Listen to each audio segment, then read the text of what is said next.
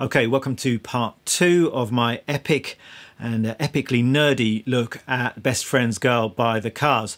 And if you haven't seen the first video, I'll put a link to that above. In that video, I was looking at the rhythm guitar parts. So we had the quite straightforward rhythm guitar stuff from Rick Ocasek, and then the really inventive and interesting rhythm guitar stuff from Elliot Easton. In this video, I'm going to be looking at the guitar solo and what a guitar solo this is. And in my opinion, one of the greatest guitar solos of all time. It'd certainly be in my top 10. And really interesting one, quite challenging to play as well, but don't let that put you off. If you're not a super advanced player, I think you could still learn some of this solo. You might just want to take a lick or two here and there, and then if you are a more advanced player and up for a challenge, then you might like to try and learn to play the entire thing. So let me get started. I'm just going to remind you how the solo goes and play back a bit of the performance from the previous video, and then I'm going to break down the full solo in detail, and I'll talk about obviously how to play it, and then some of the technical things, how what is being played in the solo relates to the harmony. So I'm going to go full nerd on this one.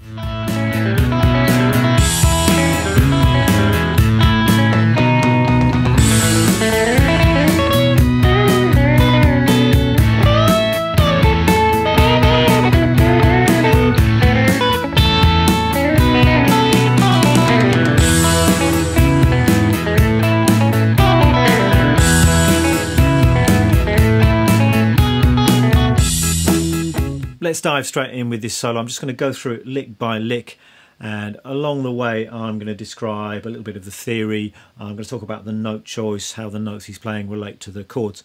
And I mentioned this in a previous video, but there is a video of Elliot Easton himself demoing the solo and talking about it, which is fantastic. It's really worth a watch. It talks about how the song was recorded and exactly what he's thinking in this solo, and I hope I'm not going to duplicate that too much in this video. I hope this video isn't going to be kind of redundant. I will sort of explain this in my own way and perhaps go into a little bit more detail than he does, but it's certainly worth hearing the man himself talk about it.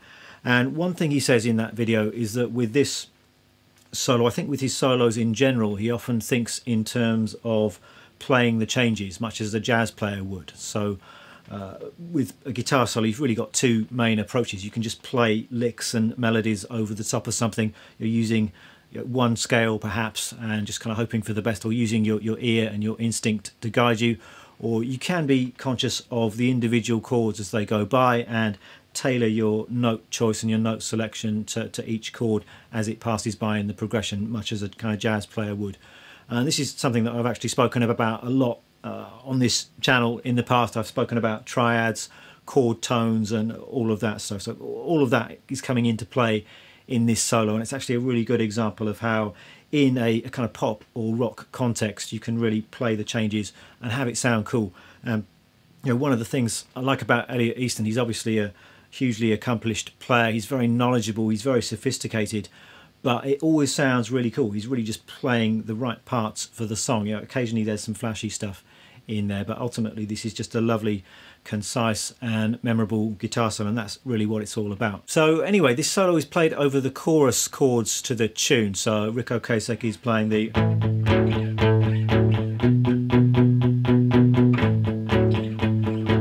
So if you remember from the first video, it's just going from A to B or B7. I think that happens 3 or 4 times before it goes back to the main riff. And the opening phrase to the solo, and it is played really fast. I'll talk about that more in a moment, but I'll just maybe slow that down a little bit.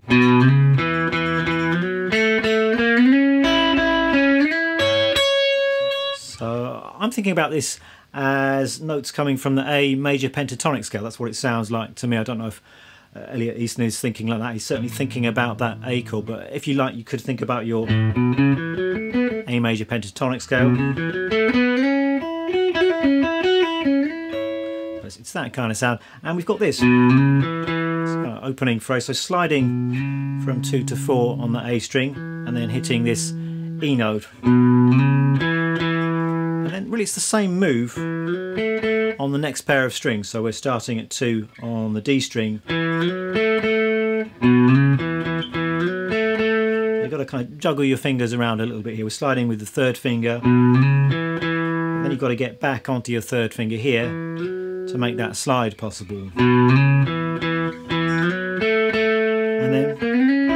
we're coming into this shape here. So this is a C sharp and an E. Again, just sliding into that C sharp note there from the 3rd fret or from the 4th fret. And then got another slide, this time from the C sharp up to this E. And then we've got a high C sharp.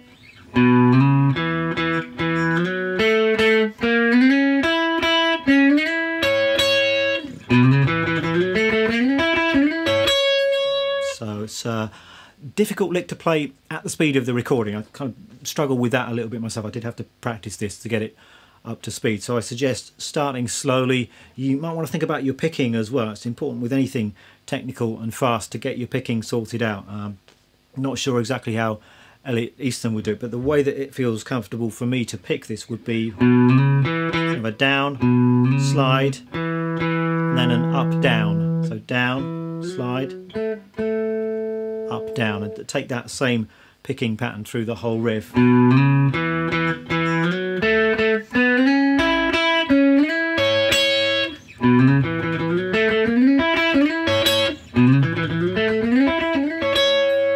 Next we've got this. So some pedal steel style country bending here, really lovely stuff. So this first phrase is played over the B chord. You could think of the notes here that we're bending as coming from a B triad. So we've got this note here, 11 on the G and 11 on the top string. And it's a kind of 6 shape, and we're just bending both of those strings up. It's this kind of sound. So the top string we're bending up to an E, so a semitone, and the 3rd string we're bending up a tone to a G sharp. So each string is going up a different distance.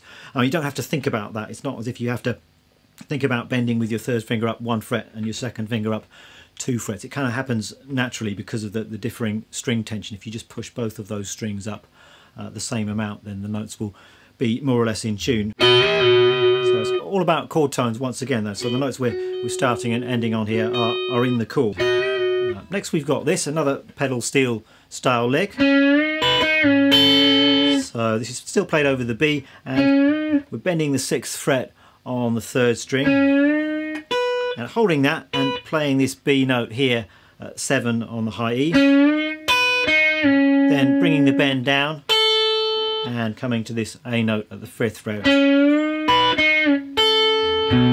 So you could think of all of these licks as coming from 6. So this is again something I've spoken about in previous videos. It's a great country sound just using 6, and in particular 6 taken from the Mixolydian mode, these kind of Mixolydian 6, which give you this kind of sound. So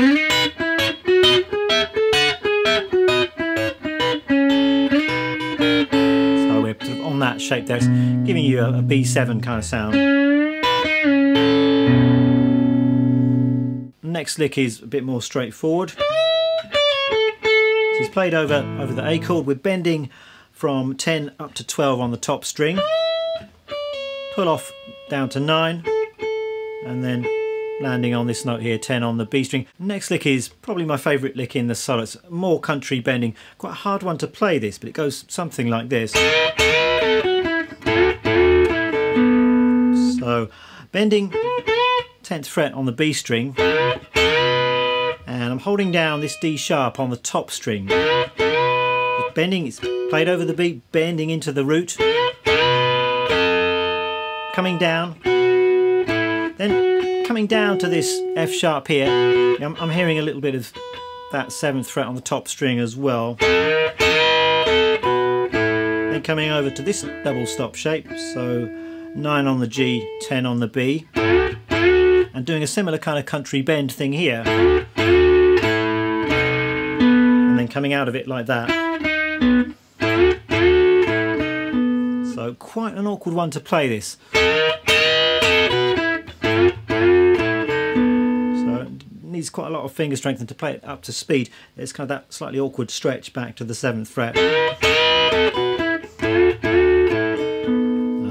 I mean, at speed it doesn't have to be flawless. I mean, on the recording it's absolutely played perfectly by Elliot Easton. When you hear him play it live, you know, it's a little bit looser, so it works if you play it in a bit more of a loose way. Just throw some scratches in there, it will still sound cool. Next we've got this. So So I played over the A chord. I'm thinking about these 6 shapes again. So C sharp and an A. We're just chromatically walking up to that C sharp. So 4, 5, 6 on the G. Catching that high B. And then coming down to the high A.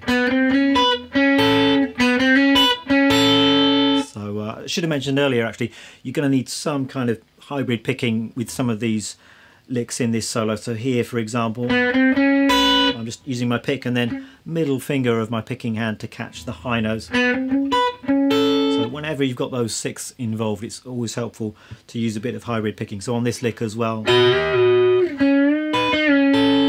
playing the notes on the 3rd string with the pick, playing the notes on the top string with the middle finger of my picking hand. But back to the lick in question, which was this. And then we've got this. So more 6, so it's this shape and this shape which I mentioned earlier. And I'm hearing some open B string in there as well. So and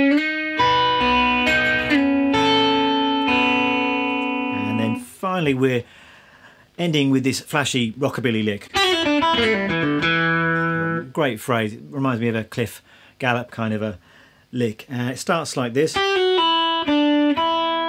So we've got 3, 2 open on the top string, there's a double pull off, and then we're coming over to this D and an open top string, and then we've got that same double pull off idea but this time played on the 3rd string, and then coming over onto the D string, just 2 open, 2.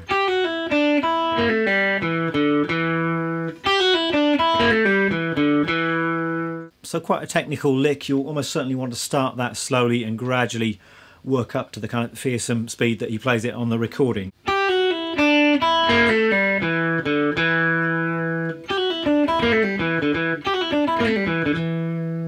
And what I think happens on the recording is he plays that lick and just lets that last note sustain while you can hear that rockabilly riff played underneath it on a separate guitar track. And of course if you're playing it live you can do what Elliot Easton himself does, which is combine these 2 parts together. So you play this lick and then go straight into the rockabilly part.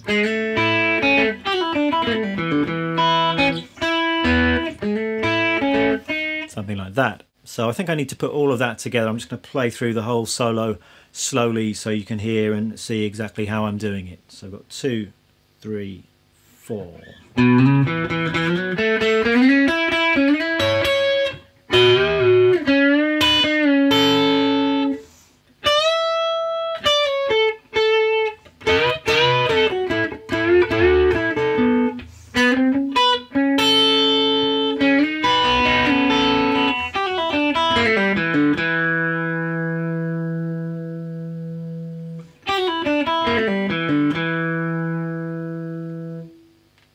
And just a bit faster.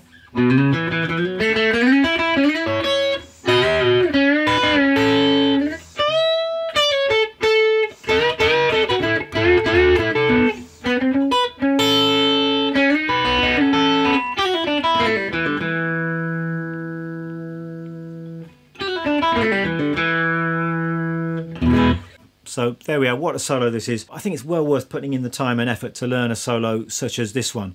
In some guitar solos, I can kind of take it or leave it. I don't necessarily want to learn some people's guitar solos absolutely note for note, but I think this one is so well constructed and you can learn so much from it. There's so many different ideas and techniques that it might take weeks or months to get it together or to get it up to the kind of speed that he plays it on the recording, but it's definitely time well spent. Let me briefly talk you through the gear that I'm using today, and I did talk about this in the previous video, the rhythm guitar video, but it's probably just worth reiterating exactly what I'm using. And for all of these rockabilly style parts, I'm using my Telecaster, and that's going into a Fender Princeton amp. And I didn't actually do any research as to what Elliot Easton was using on the original recording. He seems to use the Telecaster when he plays this live. It does sound like a Telecaster on the original recording, so that's what I've gone with. I've no idea what amp he uses in the studio or live. Actually, I've seen him using Marshalls in some of the live video footage, but what he would have used in the 70s, I'm not exactly sure. If anyone's got any info on that, do let me know. But my Telecaster is a 52 reissue Tele from I think the mid 1990s, and it's all stock. I've not changed anything with this particular guitar, and I'm using the middle position with the pickup selector. That kind of sounds best to me. It sounds closest to the original recording, so I'm using that pickup position for both the rhythm guitar parts and for the solo. As I say, the amp is a reissue Fender Princeton, and I've got a few effects as well. So I've got a little bit of overdrive. It's quite a clean tone you can hear on the recording, but I think it benefits from just a little bit of grit from an overdrive pedal. So I'm using my J Rocket Archer, which is one of these clone kind of pedals. And then of course you need a little bit of slapback delay for that rockabilly sound, and for that I'm using my MXR carbon copy delay pedal. And if you're not sure how to set up a delay pedal for that rockabilly slapback kind of sound, then do check out the recent video I did on delay pedals, where I go into a little bit of detail on exactly how to set up your delay pedals to achieve that kind of rockabilly vibe. Let's have some sounds then. So this is just the sound of the Telecaster going into a clean Princeton.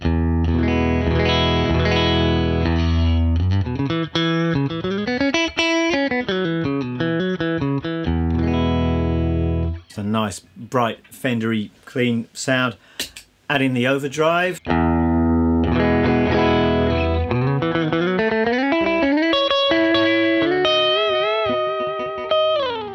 And then on top of that, a little bit of the delay.